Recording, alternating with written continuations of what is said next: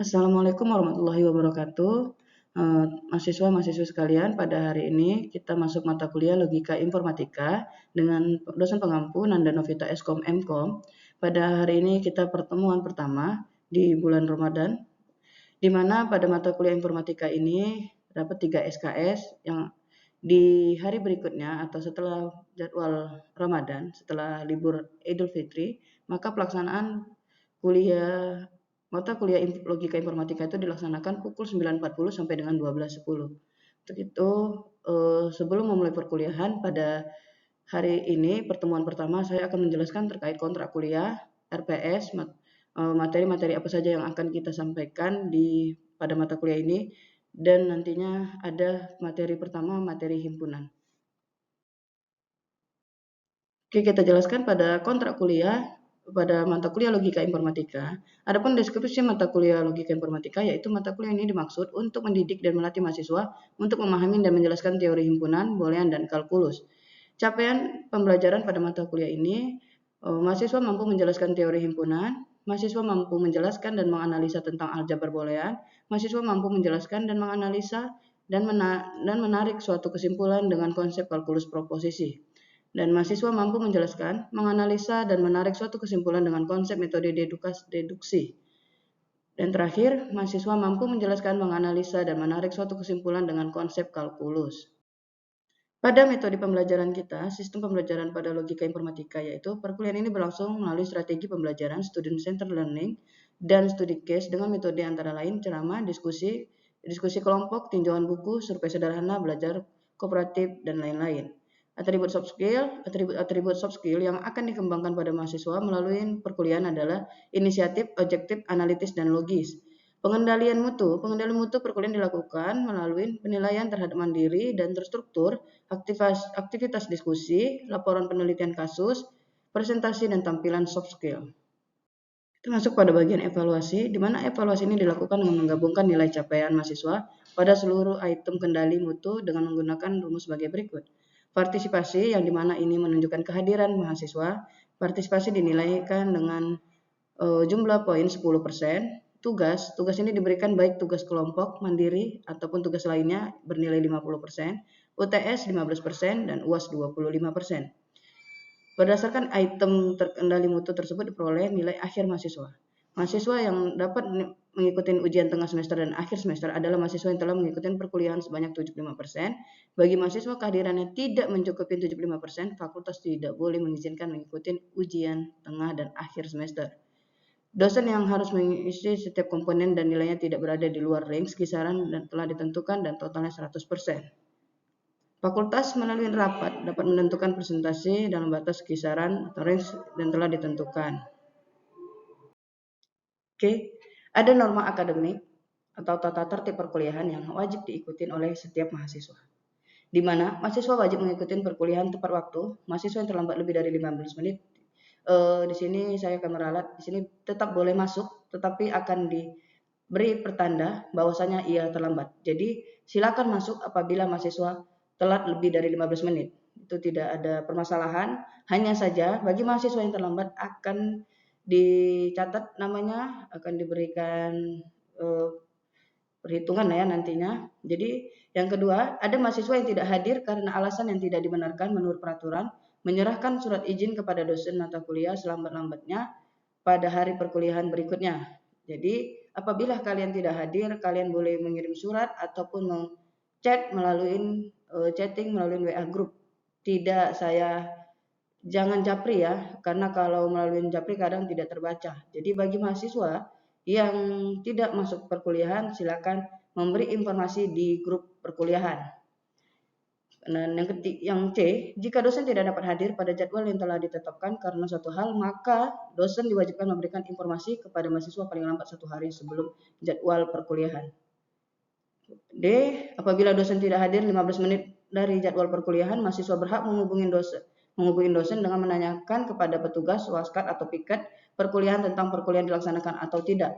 Jika dosen tidak mengikuti perkuliahan pada waktu tersebut dan perkuliahan dianggap tidak dilaksanakan.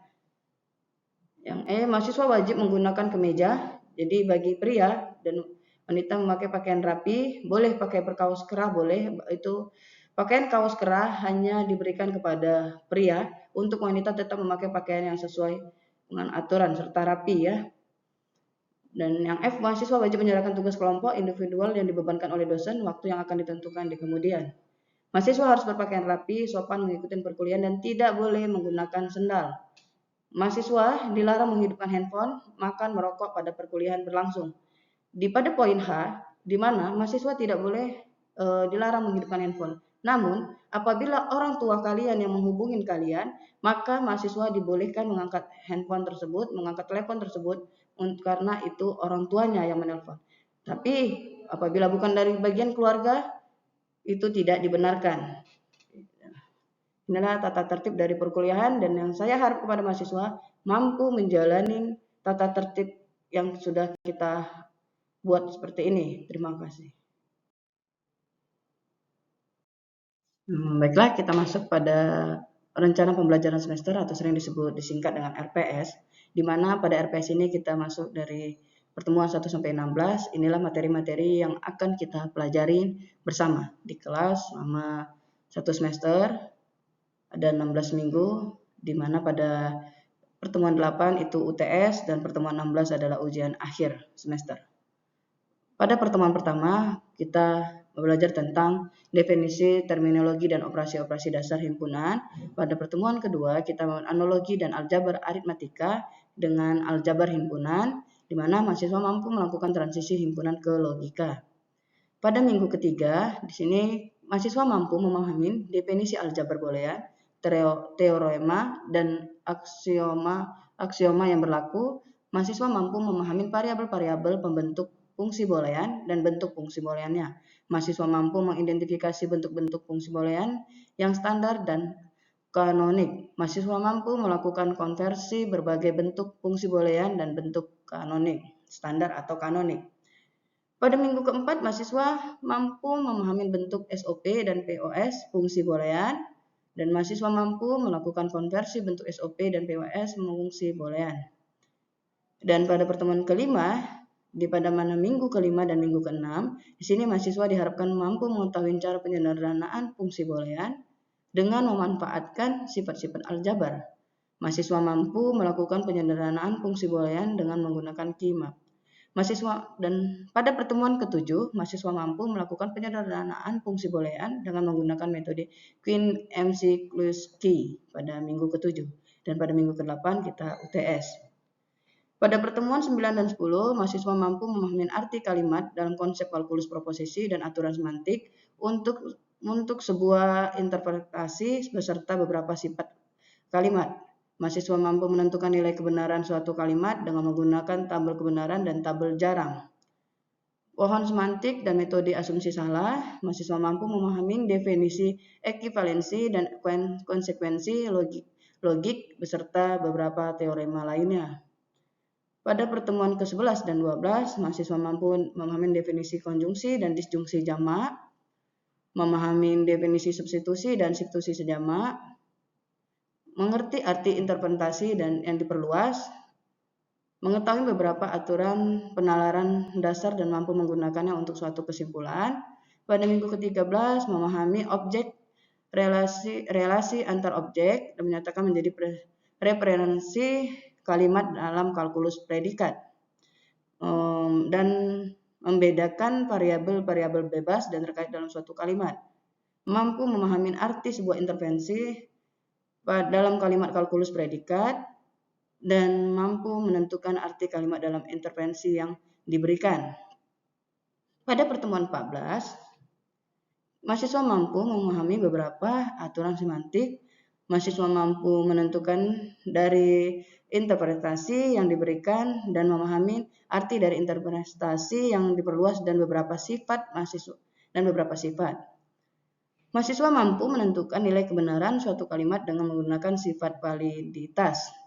Dan pada pertemuan ke-15 kita melakukan atau menyelesaikan studi kasus dengan baik. Jadi nanti pada pertemuan 15 ada studi kasus yang diberikan kepada mahasiswa. Dan pada pertemuan 16 kita ujian semester, dan inilah akhir dari perkuliahan pada semester genap ini. Kita memasuki pada materi pertemuan pertama, yaitu materi himpunan. Adapun pengertian himpunan, himpunan adalah kumpulan benda atau objek yang dapat didefinisikan dengan jelas, sehingga dengan tepat dapat diketahui objek yang termasuk himpunan yang tidak termasuk dalam himpunan tersebut. Contohnya, kumpulan kabupaten yang ada di Provinsi Yogyakarta, kumpulan mahasiswa kelas 7 C yang diawali huruf K. Jadi himpunan itu dia jelas, didefinisikan dengan jelas. Himpunan apa? Himpunan kabupaten yang ada di Provinsi Yogyakarta, himpunan mahasiswa teknik informatika, himpunan kelompok atau grup mahasiswa Stambuk 2025 gitu ya. Jadi kumpulan mahasiswa Stambuk 2025 prodi teknik informatika. Jadi dia jelas apa nama himpunan tersebut. Yang kedua adapun jenis himpunan. Yang A, himpunan kosong. Himpunan kosong adalah himpunan yang tidak memiliki anggota. Jadi himpunan itu nggak ada anggota. Ya kalau kita bilang contohnya seperti di sini adalah himpunan buah yang rasanya asin. Nah, saya rasa nggak ada buah yang rasanya asin. Jadi itulah yang dinamakan himpunan kosong. Himpunan tak kosong berarti himpunan itu ada anggotanya. Jadi himpunan tak kosong itu adalah himpunan yang memiliki anggota. Jadi sudah dipastikan ya. Kalau kita lihat contoh di sini himpunan bilangan prima kurang dari 10. Nah, kalau di dalam kehidupan kita sehari-hari, apa yang menjadi contoh dari himpunan tak kosong?